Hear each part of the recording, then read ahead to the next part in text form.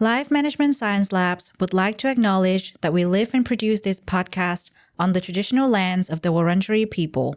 We'd also like to acknowledge the traditional owners of the lands of our listeners and our international colleagues. We'd like to pay our respects to their elders, past, present, and emerging.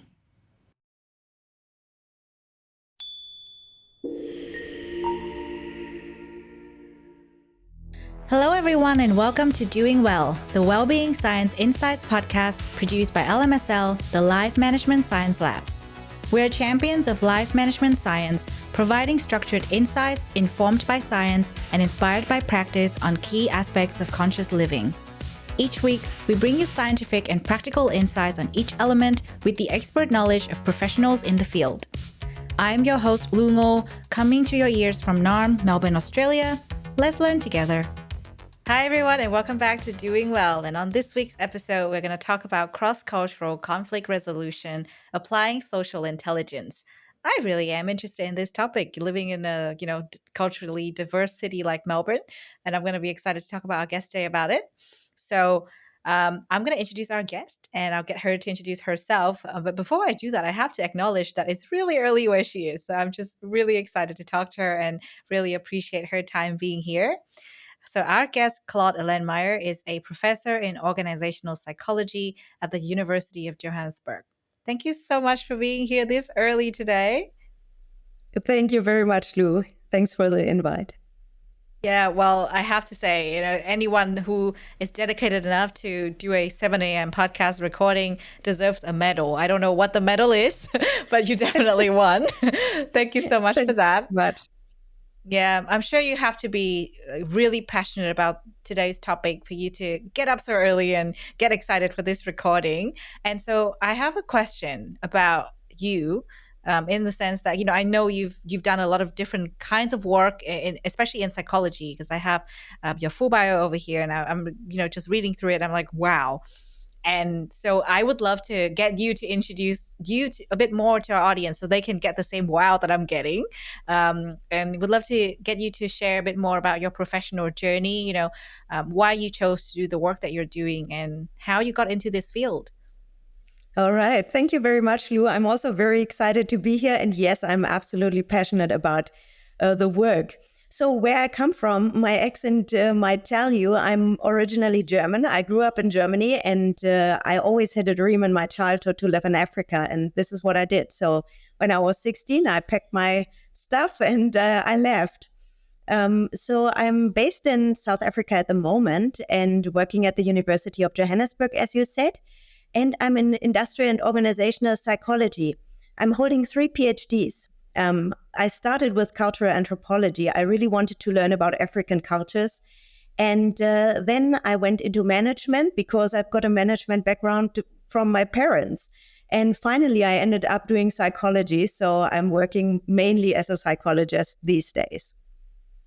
Yeah, and 3 PhDs. How did you find the time to make that happen? I'm amazed, first of all. And second of all, why? Why 3 different PhDs? Because that's a lot of dedication, Absolutely. Yeah. As I said, research is really my passion, and I like learning, and I like to look at things from different perspectives like we do in cross-cultural psychology. So I thought it was really an enrichment for my life to look at topics from different disciplinary perspectives.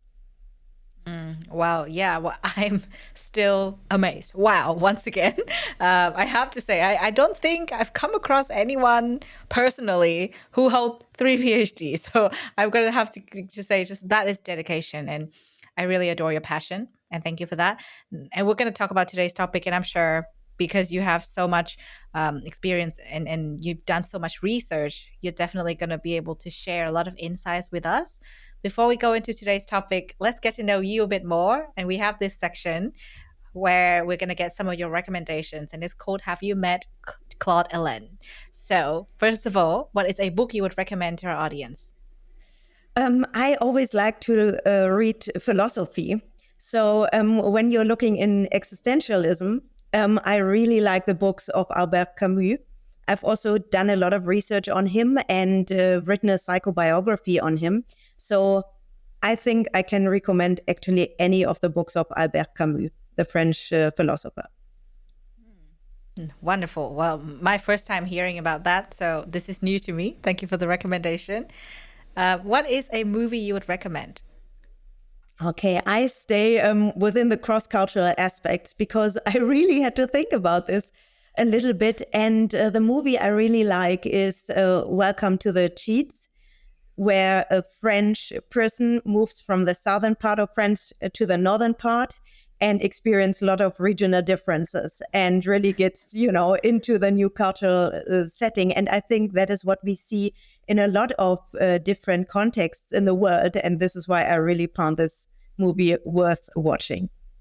Oh, very interesting. And, that's just cultural differences between regions in the same country, right? So imagine if you move countries and move continents like yourself, that's definitely like even much, much different, like so different. I'm just thinking about myself here and I'm like, that's true. Now I have to reflect on my own journey and see if there's been so many changes or things that I have to adapt to. And we'll talk about that in the topic of the day. I don't want to get too carried away because I'm excited to talk about it. Next question. What is a podcast you would recommend to our audience? Okay, what I really like is I like crime stories, and I also like French. As you can see, I've got a French name. However, I speak French in a kind of limited way. So I like to listen to podcasts which are in French and look at crime scenes. Oh, wow. That's a very niche area. Well, thank you for sharing that. What is the one podcast in that genre or that niche area you would listen to the most? I can't give you a proper name now because they are under the crime scenes French. So there you would find them. Okay. All right. I actually been meaning to learn French for so long. So, now maybe I'll get that nudge, maybe learn through crimes. Okay, that's not really a good thing to do to start with. Maybe other podcasts in French first and then crime podcast. But yeah, thank you for the recommendation. Into Bonjour Français or something like that. Yeah, something more lighthearted and then go into the other areas. All right. Who is your role model? Now, I know we said famous, but it doesn't necessarily have to be a famous person. It could just be someone in your circles or someone in your life. Okay, I've got two. They are both women leaders, and I've extensively written about them. The one is Angela Merkel, the German previous chancellor of Germany. And she is my role model, not necessarily because of her politics, but because of her personal life and how she made it into politics in a very male-dominated cultural context as a woman leader. And that I found really fascinating. And the other one is Martha Groeschel. She is the third wife of Nelson Mandela, and she was always a kind of fighter for the rights of the people who do not have advantages in the African context. And I really appreciate her work. Beautiful. Well, thank you so much for sharing not one, but two. I think thank you. It's really great to hear because sometimes this happens on the show and whenever it happens, I appreciate it. We ask for one, we get two. Thank you for your generosity. And final question in this part, what is a course you completed that left a really strong impact on you? Yeah, as I said, I'm a psychologist and I did a course over many years in family therapy. So I worked also for many years in this area. And that really contributed a lot to my life, thinking about my own family background and the systems around us. Yeah, well, really nice recommendation. And also great to know that you worked in this space, We might be able to use some of that insights in the conversation today too, because there is, now it's becoming more and more common to have, cross-cultural differences within family, actually, because we're Absolutely. globalizing in different ways, and especially families are growing in ways that we never thought would happen before. So we'll discuss that very soon. So let's talk about today's topic. And because the show is about well-being, we would love to get to know your take on well-being first before we talk about social intelligence. What does well-being mean to you personally? Personally, I believe that it's really a very complex topic and concept. It is a very positive concept. And for me, it is about your life and how you feel about it as an individual, but also within your group setting. So well-being is very complex in terms. It includes all the aspects of meaningfulness, of spiritual well-being, physical well-being, but also of your mental health and well-being. So I think it is really a complex issue where a lot of aspects come in.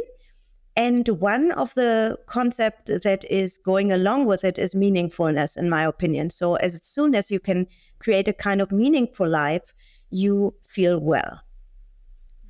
Yeah, I really love that definition because I think I don't know if this was recent, but it's been on my mind. Like I talked to someone, not necessarily a friend, and it was a very brief conversation, but we talked about the crisis of meaning.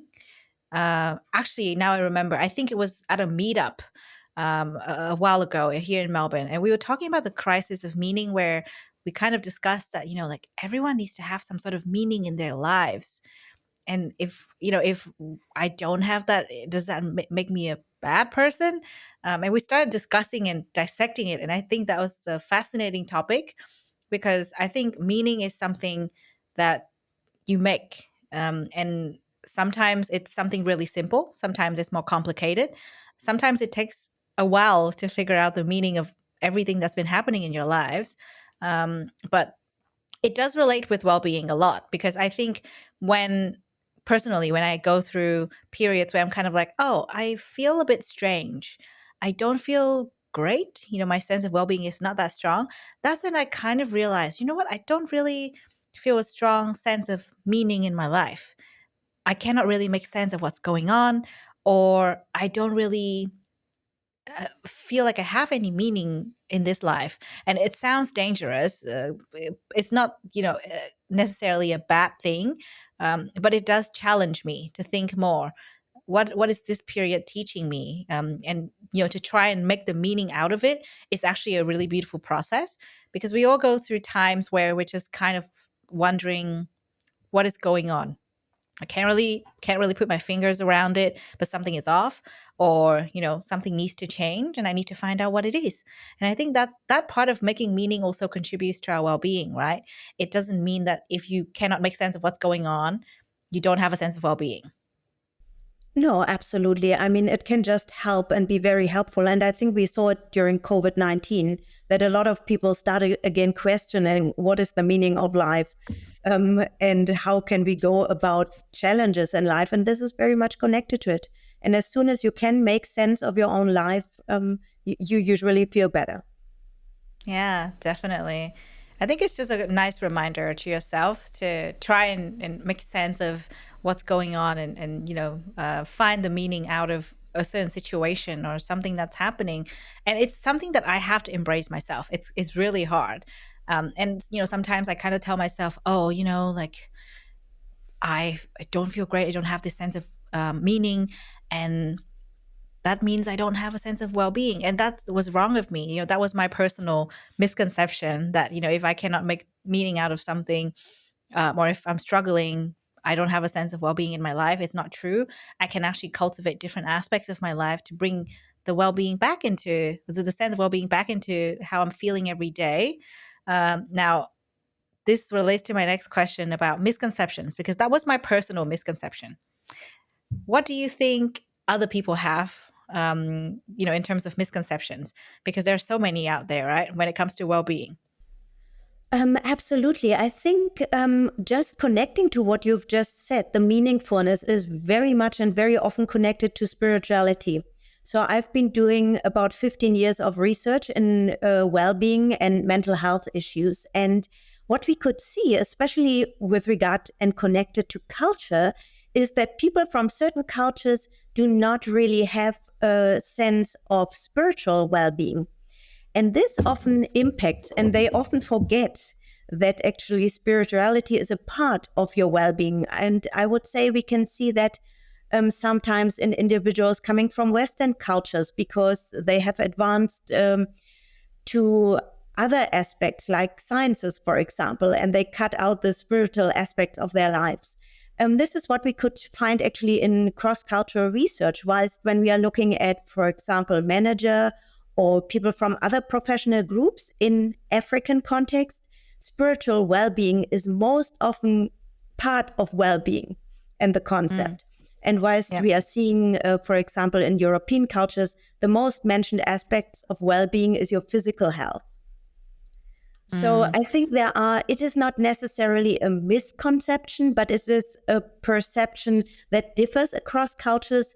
And we always have to see what is actually the most important aspect of well-being from our individual and our cultural point of view.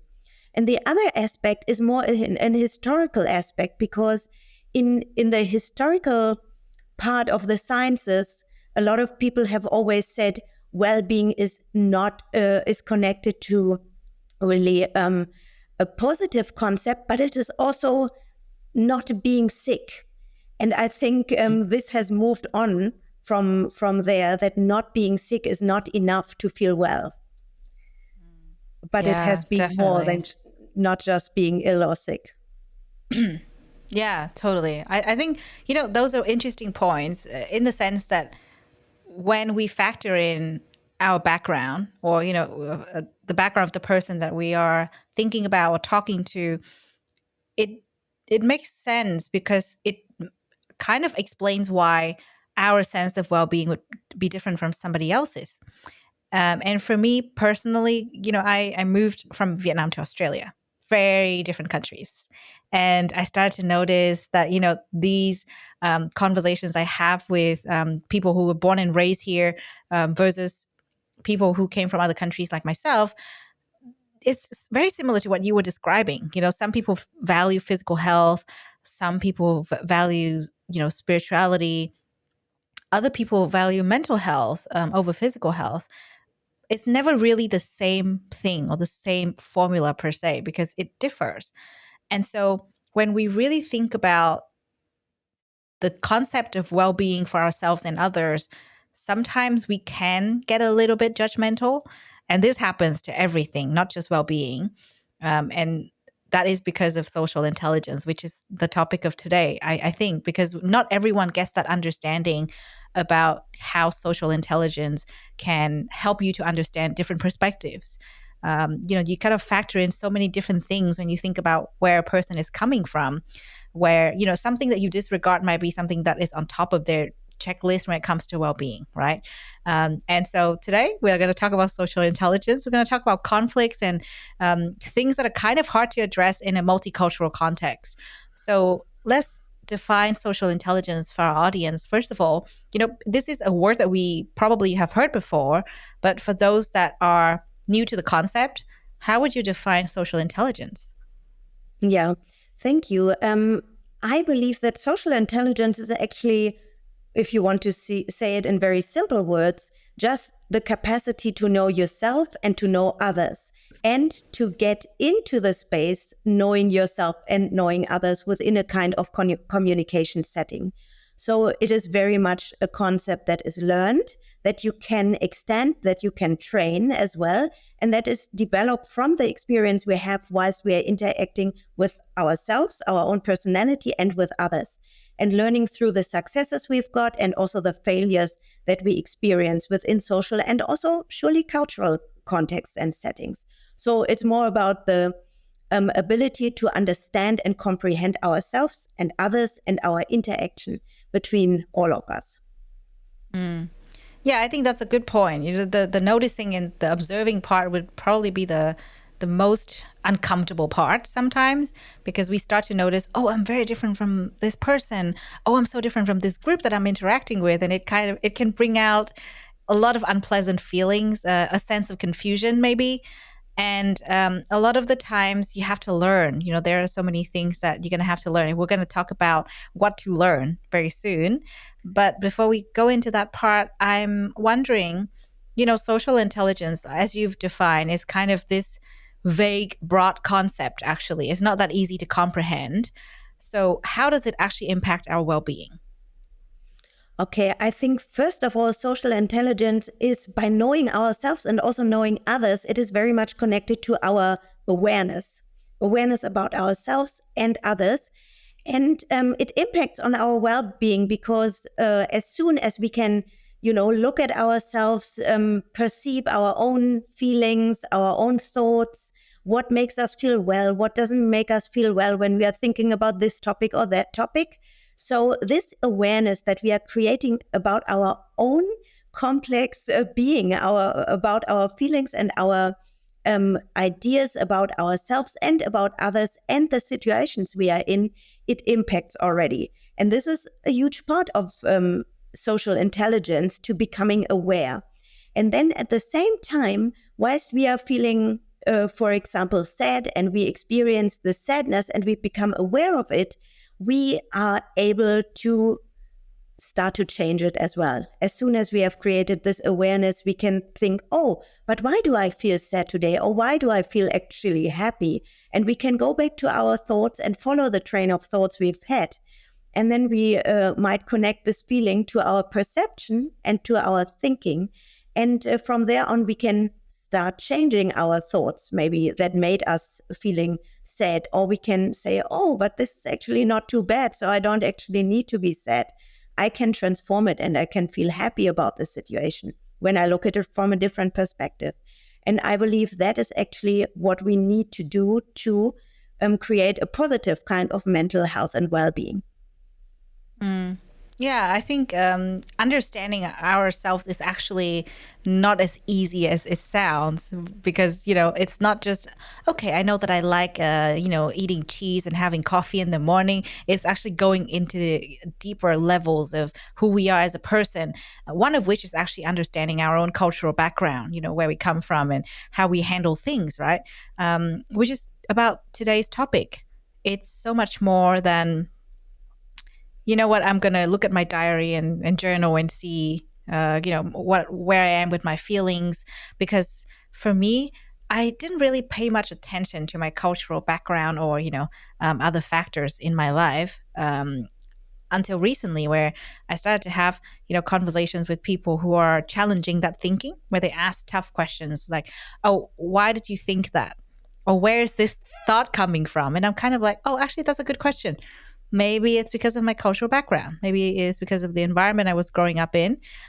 And I started to really dissect it. And the more I think about it, the harder it gets, because sometimes these things are so ingrained into your life and to who you are as a human being that it's hard to kind of untangle, which part of it gets affected by which part of my childhood or my upbringing.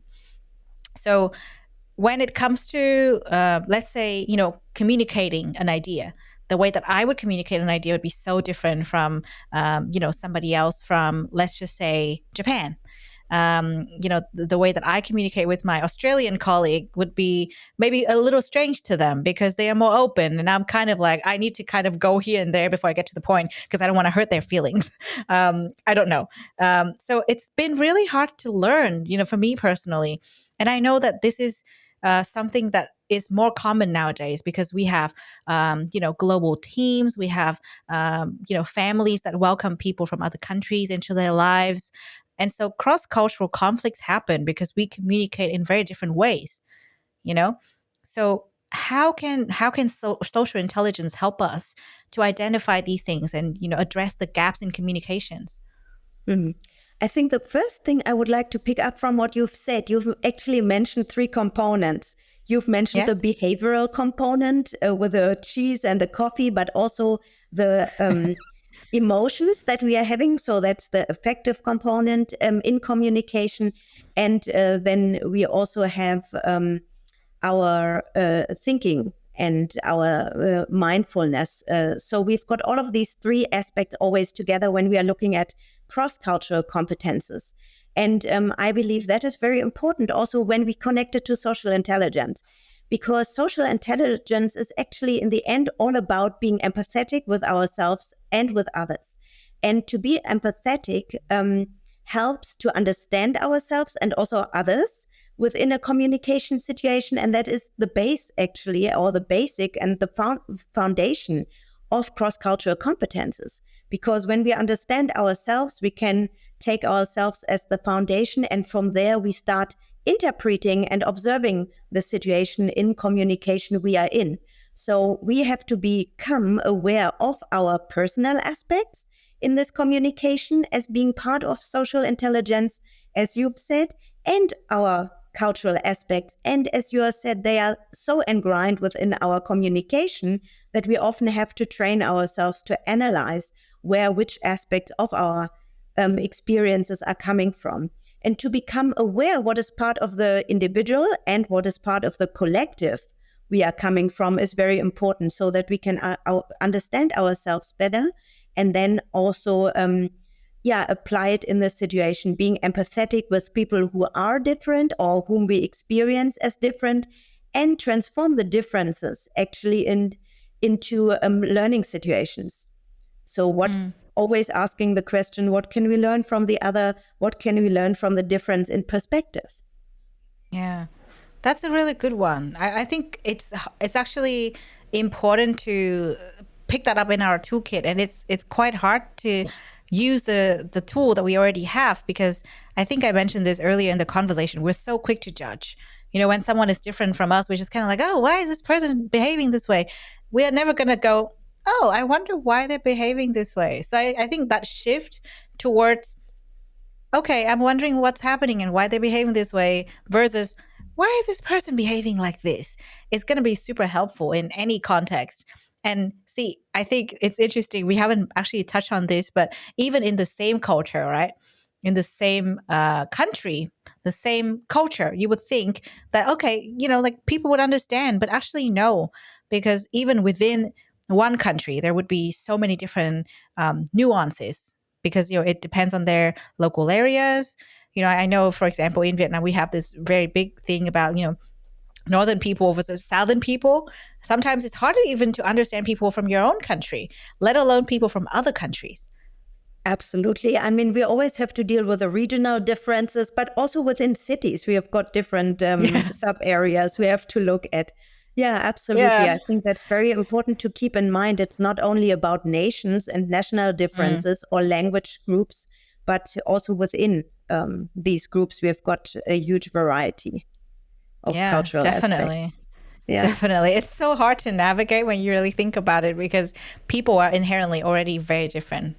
We share similarities, but by nature we are different, because we like different things. We were brought up in different ways in different local areas, and then when you factor in with the fact that this happens in different countries, and you bring a group of people that are so diverse together, it's going to magnify the problems, right? It's going to even be harder to navigate.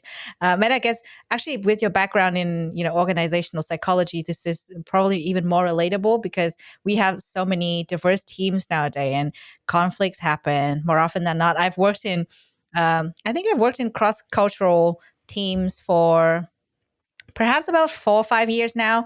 And I think that it's so interesting to kind of see the dynamics play out in different teams. Not to mention, social context. You would have a social group with people from all over the world as well. And you would have conflicts with other people.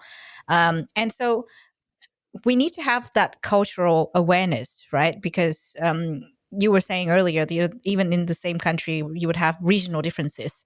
And cultural awareness here doesn't just refer to different nations. I think it's also related to different regions within your own nation, perhaps. So how does cultural awareness actually contribute to cross-cultural conflict resolution when it happens? Yeah. Okay, thanks for that question. That's actually quite a complex one, because we have to look at the different cultural aspects. As you mentioned, we can do that in teams, but we can also look at the broader societies.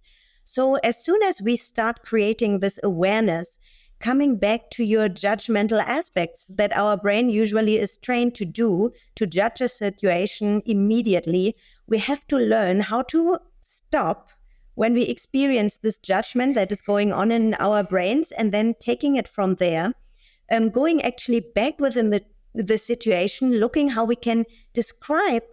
how we can actually describe the situation, and also what we observe. So going back to the observational aspects within a communication situation. And doing that, from there, we can start anew and actually see what do we actually experience or see within a cross-cultural aspect. And from there, seeing what is our interpretation of the situation, how do I interpret it, and why do I come actually to this judgment in the end?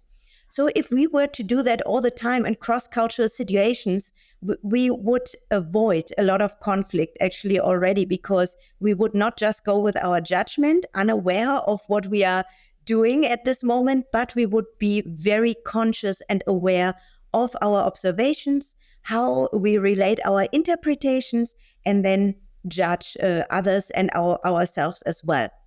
So that is a very, very first step, which we can do in cross-cultural conflicts. As soon as we feel we are in a conflict situation, we experience differences of maybe differences in interests or differences in interpreting a situation, we can actually go back to the observation and say, stop for myself. And what do we actually experience here in this situation? So often conflicts pick up a lot of speed and we cannot just stop within a situation. So this is a process which we can apply to ourselves internally and stop ourselves internally while we are listening to the other person and trying to get clear about what is actually going on within ourselves. So after we have done that and we become clear about what the situation is actually all about, we have to at the same time apply certain ways of communicating. And one basic aspect of conflict, and especially cross-cultural conflict resolution, is starting to listen to other people. I've been an intercultural mediator since the year 2000. And what we can often see in conflicts is they pick up a lot of speed because people do not start to listen to themselves first, as I just described it, and then to the others as well. So listening is a basic skill in cross-cultural conflict resolution.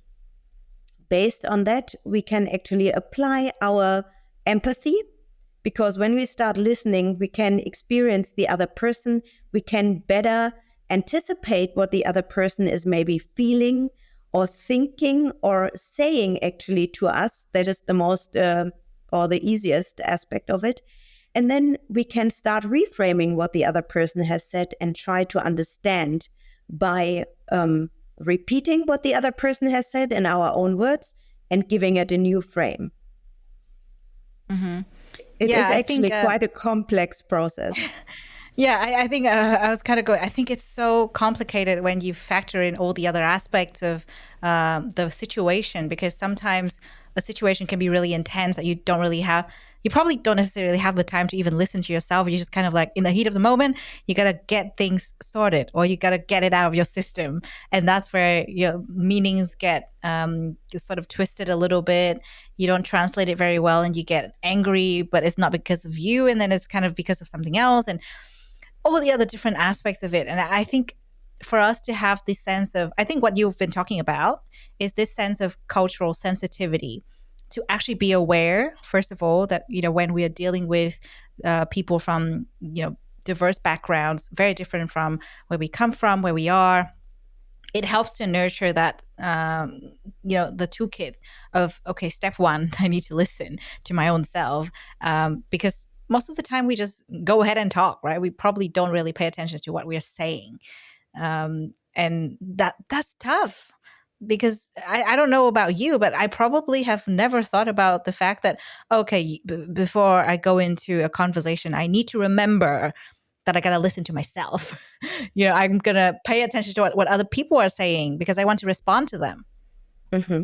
No, it's true. I mean, it's absolutely an aspect that we have to train, especially when we come from certain cultures. I mean, as you know, in some cultures, we've got a higher speed in talking, for example, and other cultures have more breaks within what they are saying. So coming from a culture where you've got a high speed of talking and communicating, you always have to take a break. So one of the strategies in cross-cultural conflict management could be to say, okay, we have to have a break in this communication. We have to, take a few minutes of a break time and then come back and actually sort out the situation from anew and become aware or meta communicate about our values that we have, about our norms, about what we actually want to say and what is important within the communication for ourselves. So there are strategies that you can actually apply to give a communication situation a break. And I believe that's very important in cross-cultural conflict management. And after you've trained yourself, it is actually getting quicker so that you realize, oh, what's actually going on and how can I stop the conflict, or how can I at least de-escalate the conflict, and you apply certain cross-cultural conflict management strategies. Yeah, I think that's a really good point. But I think, like we've talked so much about addressing conflicts. We haven't really touched on where the conflicts might come from, right? Because that's really helps us to understand how to address these kinds of conflicts in the first place, maybe to avoid them. And that's one of the strategies, right? You can avoid, you can mitigate, or you can sort of resolve them in different ways. And I think one of the most important things we probably need to discuss a bit more is to understand how to avoid these conflicts in the first place. Some things are so sort of obvious and could be easily, changed. I think about this time a long time ago where I had a situation at work, and I was quite new to the workforce. I was kind of also new to all these cross-cultural conflict resolution, and I went straight to my supervisor and I talked about the situation. And I said, this situation isn't fair, and I think it shouldn't happen again. And I was talking about the situation. I wasn't talking about the person, i.e., my supervisor. But then afterwards, when I reflected on the conversation, I realized that my supervisor got mad at my comment because in their culture, when you're the supervisor, you need to be respected, and necessarily you're always right in a way. And I didn't really factor that into the conversation. I was just really, focused on the fact that the situation was wrong. And so when I said, hey, the situation was wrong, the supervisor took it as, oh, I'm wrong. You're telling me that I'm wrong? And then, this took me a few years to process, but I realized, well, that could have been avoided. I Mm-hmm. could have just, approached it in a different way. Mm-hmm. Yeah, what you're mentioning are two aspects. The one is that we could look at cultural orientations, and we could, learn about the cultural settings we are in, looking, for example, at hierarchies, as you've just mentioned. How do you deal with your supervisor in a kind of culture sensitive way? But you could also often, a lot of cross-cultural conflicts come about because of time concepts that have got differences, or because of thinking styles. Like some people come from a more inductive background of thinking, others from a more deductive kind of thinking. So we could look at all of these different orientations in cultures and learn about the cultural settings where we are in, actually looking at the context and what is mostly preferred in this cultural context we are acting in, or we are communicating in. And at the same time, as you have mentioned, we could look more at our own styles of communication. So, for example, is it more a style that is more empathetic in myself or with somebody else? Is it more collaborative, the style of communication, or more competing or more accommodating? Is it more judgmental, or is it actually more observing? So all of these aspects of our personalities within the context we are in, and where it has to be transferred into another cultural context, need to be taken into consideration. And avoiding is actually the conflict management style we see the most in cross-cultural situations and across the world. Wow, that's really interesting. I was just kind of, guessing that it might be, but I didn't know that avoiding is the most used one, most important one, perhaps. You know, now that we've touched on all of these different nuances in culture and cultural differences in conflict, I started to think about how I pick these things up. And how I pick these things up is because I went through actual situations, not necessarily because I studied it. But for some people, they might be listening to this podcast because they probably will start to be in a cross-cultural environment soon, or they're having a hard time navigating their way through a cross-cultural environment. And for me, I know that I talk to people from different cultures, and that's how I learn about the different styles of, conflict resolutions, or how they handle different situations. For some, it might not be that easy because that's not accessible to them. They might not know people from that particular culture. For example, I have heard so many things about how to, let's say, talk to people from Japan, but I've actually not met any Japanese person before. I've never crossed paths with one. So how can I learn? How can I learn more about where they're coming from? And this applies to all different cultures. Mm-hmm. Okay, I think you have mentioned already certain aspects. The one thing would be reading up on the culture, about the value sets, about the norms, and different aspects of the culture, because as you've also probably experienced, not all the people in Australia are the same. So they've got personality differences, subculture differences, then we've got youth cultures, we've got working cultures, and so on. So look at, for example, yes, podcasts, but also books or blogs you can read online about the cultural differences within a cultural context. So that is very important, but also start speaking to people within these contexts. And I think that is with social media actually has become really easy to do that. Ask them questions about the cultures, about what they are thinking about value sets and norms within the cultures, what is important, how they prefer to behave in certain situations, and have really a situational learning from the cultural context. So talking to people is always good, but not only to certain people within a certain cultural or language context, but different subgroups within this culture. I think that really can help to learn about these kind of situations. And if you can travel, I think the best learning is always to go into the cultural context and really learn. And I believe it is so important to learn the language. When I once went to Vietnam, I really struggled because it is so hard to learn your language, It was really hard to understand the cultural aspects. So I think that is what we really need to understand a cultural context in depth. Yeah, definitely. That's hilarious. You said my language, because if you were to ask me to teach you how to speak Vietnamese, I'll be at a loss for words because I don't really know where to start. It's really hard. I agree. Some people say English is hard. I would challenge that. Much harder languages out there. Yeah.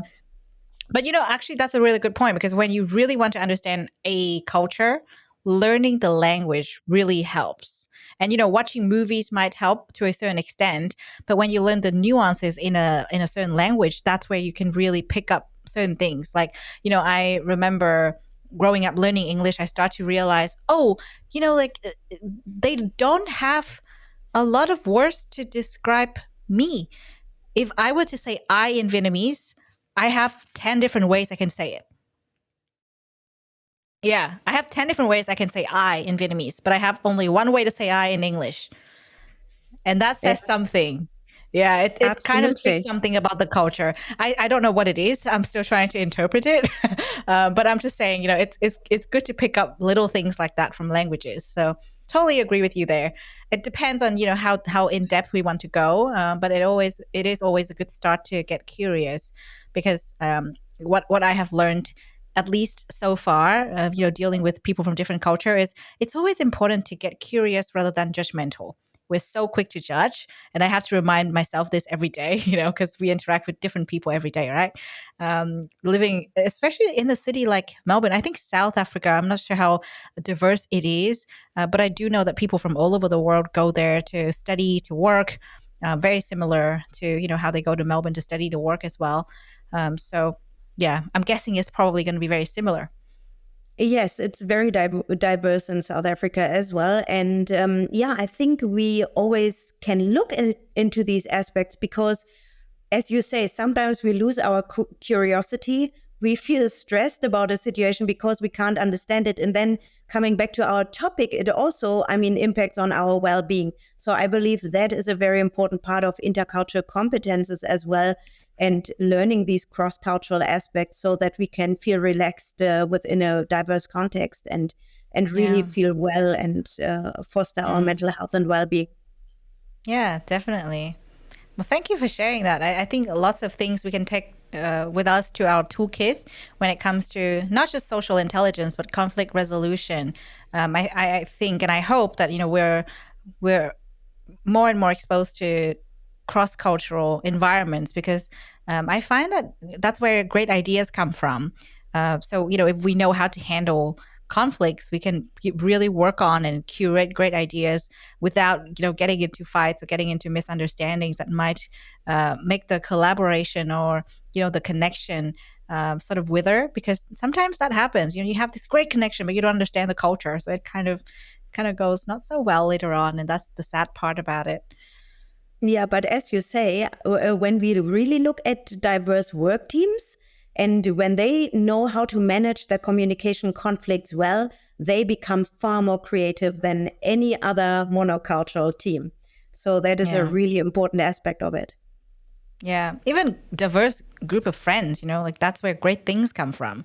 I look at my group of friends, I'm like, oh, like we all have really diverse background. That makes things so fun, because sometimes you can have things like, cultural exchange night where you share, the food of your country and have like a theme, and that's where you can learn too. So understanding where they're coming from would really help with the connection process, not just working together, but even just hanging out socially and nurture new knowledge and information. I think that's actually one of the best ways to learn. Absolutely. Yeah, I agree. I Yeah. agree. Okay, well, so we've established that social intelligence is important. Cultural sensitivity is important. We need to understand the different perspectives, so that we can actually handle conflicts well in cross-cultural, teams, groups, situations.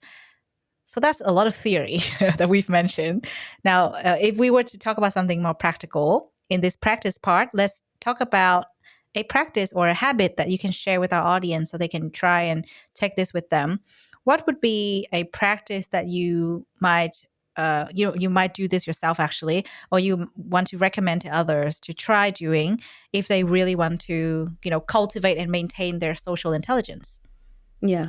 You know what? I've been thinking about this question for many years. And what I came back to after I've tried a lot of different tools, I think that the very, very most important tool is our ability to reflect.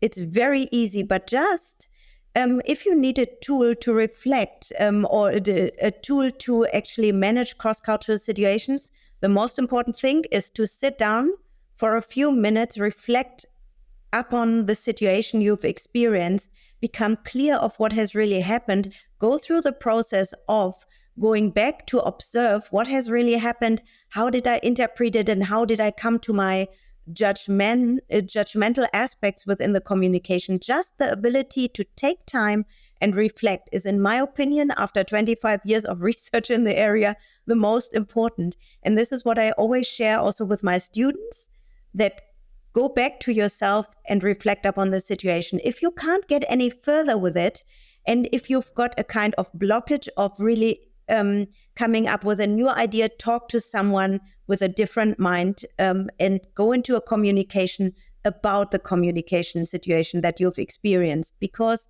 when you are starting to triangulate and talk to a third person about it, getting a new perspective from the outside, which hopefully is not judgmental, but more analytic, then sharing this interpersonal reflection that will then in the end help to transform the situation and to learn from the cross-cultural situation you've been in.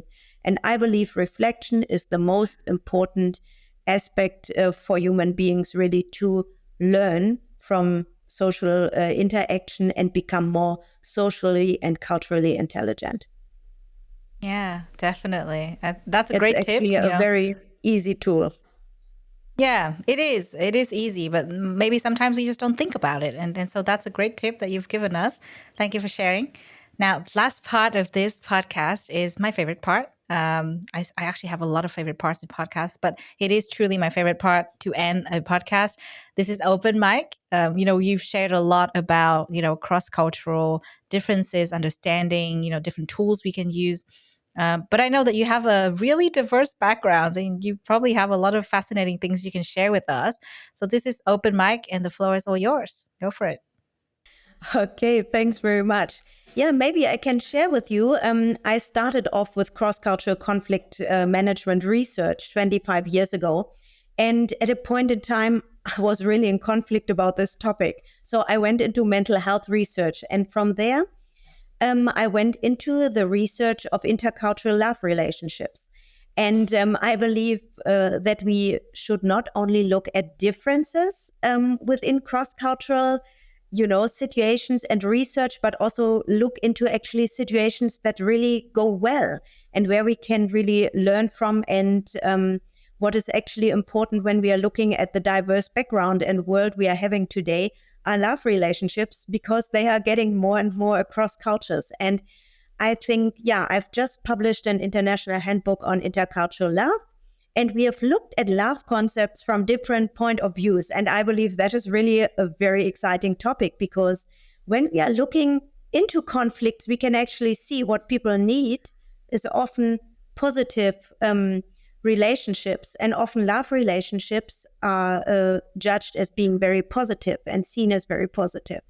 So I've looked into the topic of intercultural love, and we could see that love exists all over the world, but in very different, perceptions and point of views. And I'm sure also in Vietnamese language or in German or in English, we've got different words for love. We've got different kinds of love. And I found it really fascinating how people from different cultures define love. What kind of love concepts do we see?